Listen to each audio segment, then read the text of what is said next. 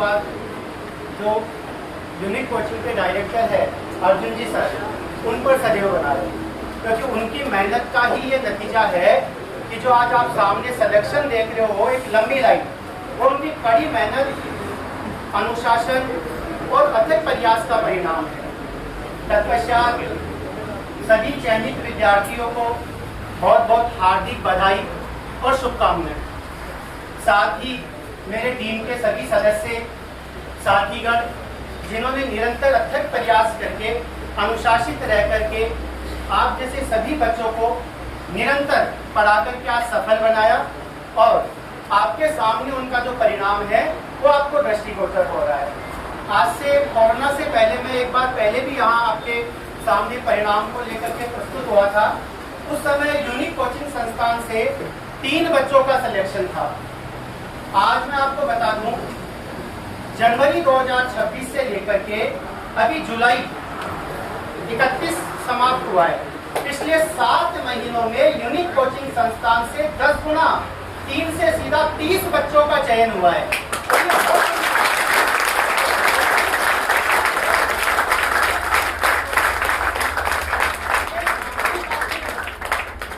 बहुत बड़े बड़े संस्थान जिनमें हजारों की संख्या में स्टूडेंट्स बैठते हैं और फिर भी सही वास्तविक परिणाम को दृष्टिगोचर नहीं करते, वास्तविक परिणाम आपको नहीं दिखाते, भ्रमित परिणाम आपको दिखाते हैं, भ्रमित एडवर्टाइजमेंट करते हैं। जबकि मैं कभी खड़ा खड़ा ये सोच रहा था, कभी सुना था कि मेहनत खामोशी से करो और सफलता शोर मचा दे, और अभी देख रहा था ये बच्चे सफल होने के बाद में भी कितने संस्कारित और शांतिपूर्ण व्यवहार को प्रदर्शित कर रहे हैं। वरना अब तक तो ये कह देते हैं कि सर हमारी डीजे की रैली कब निकालोगे, ठीक है ना, क्योंकि बहुत बड़े बड़े संस्थान चालू हो जाते हैं। एक सिलेक्शन देने के बाद ही मैं देखता हूँ कि रोज कभी किधर का प्रोग्राम, कभी किधर का प्रोग्राम, रोज नई नई रैलियां निकालते हैं और बच्चों को भ्रमित करते हैं। लेकिन इतनी शांतिपूर्ण तरीके से एक अपन ये कहें कि सफलता का परिणाम जो है, 2 शब्द ये है कि हर बच्चा अपने जीवन में सफल होना चाहता है। वो चाहे स्टडी में, परीक्षा में मान लो, किसी बिजनेस में मान लो, या किसी अन्य कार्य में मान लो। किसी भी कार्य में सफल होने के लिए अपने को सबसे पहले किस चीज की आवश्यकता होती है? तो किसी भी कार्य में सफल होने के लिए मेहनत की आवश्यकता होती है, और मेहनत की सही परिभाषा ही अपने को नहीं पता तो अपन कितना भी कार्य कर ले आप सफल नहीं हो पाओगे। तो मेहनत की सही परिभाषा है किसी कार्य के लिए किए गए समय के योग को मेहनत कहते हैं। किसी भी एक ही कार्य के लिए किए गए समय के योग को क्या कहते हैं? मेहनत कहते हैं।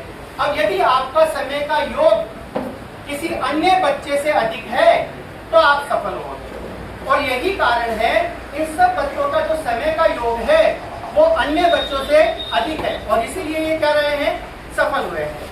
सफलता के लिए अनुशासित रहना बहुत जरूरी है, डिसिप्लिन रहना बहुत जरूरी है, समर्पण भाव, डेडिकेशन बहुत जरूरी है।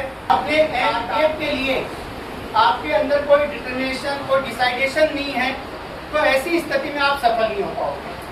सफल होने के लिए आपको प्रतिदिन रेगुलर एक निश्चित टाइम टेबल को डिसिप्लिन के साथ में फॉलो करना पड़ेगा, तब जाकर के आप सफल हो पाओगे।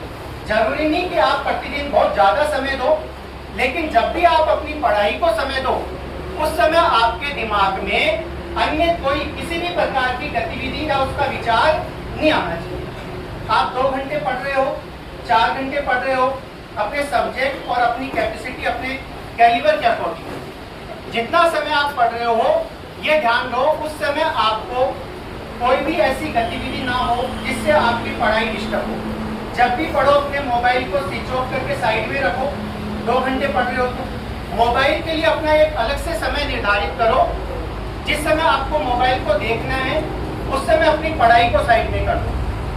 हमेशा ये ध्यान रखना है एक साथ आपको 2 कार्य नहीं करने हैं। पढ़ाई भी कर रहा है, साथ में मोबाइल भी चल रहा है, खाना भी खा रहा है, साथ में मोबाइल भी चल रहा है। 2 कार्य आपको एक साथ में नहीं करने हैं। विशेषतः अपनी पढ़ाई को लेकर के तो आपको इतना डेडिकेट हो जाना चाहिए कि नेक्स्ट नंबर अपना ही, और उसके लिए आप लोगों को अपने सबसे पहले आज जाकर के अपना एक टाइम टेबल बनाना है जिसको आप फॉलो कर सको। और मैं चाहूंगा कि जब इस प्रकार का अपन कोई प्रोग्राम करें तो अपने को इस हॉल से ज्यादा बड़े हॉल की आवश्यकता हो, और अब की बात 30 नहीं